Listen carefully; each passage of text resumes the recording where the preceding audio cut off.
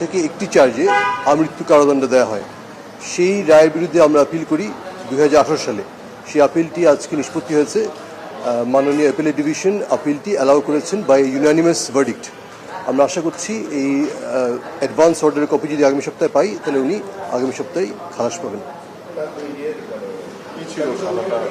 ওনার বিরুদ্ধে অভিযোগ ছিল অ্যাবডাকশন অ্যান্ড মার্ডারের, যে ওনার বিরুদ্ধে উনি ছিলেন যে 13 ডিসেম্বর 1971 সালে উনি সহ আরও কয়েকজন ওনার বিরুদ্ধে অভিযোগ একজনকে ফ্রিডম ফাইটারকে কিডন্যাপ করেন এবং পরবর্তী থেকে ওনাকে মার্ডার করেন।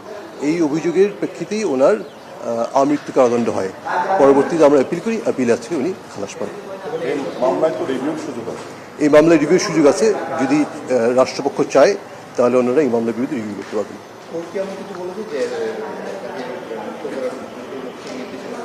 না, এরকম কিছু বলেনি। আমরা অ্যাডভান্স অর্ডারের জন্য প্রে করেছি। আদালত বলেছেন যে ওনারা আগামী সপ্তাহের মধ্যে অ্যাডভান্স অর্ডার আশা করছেন যে ইস্যু করে দেবেন।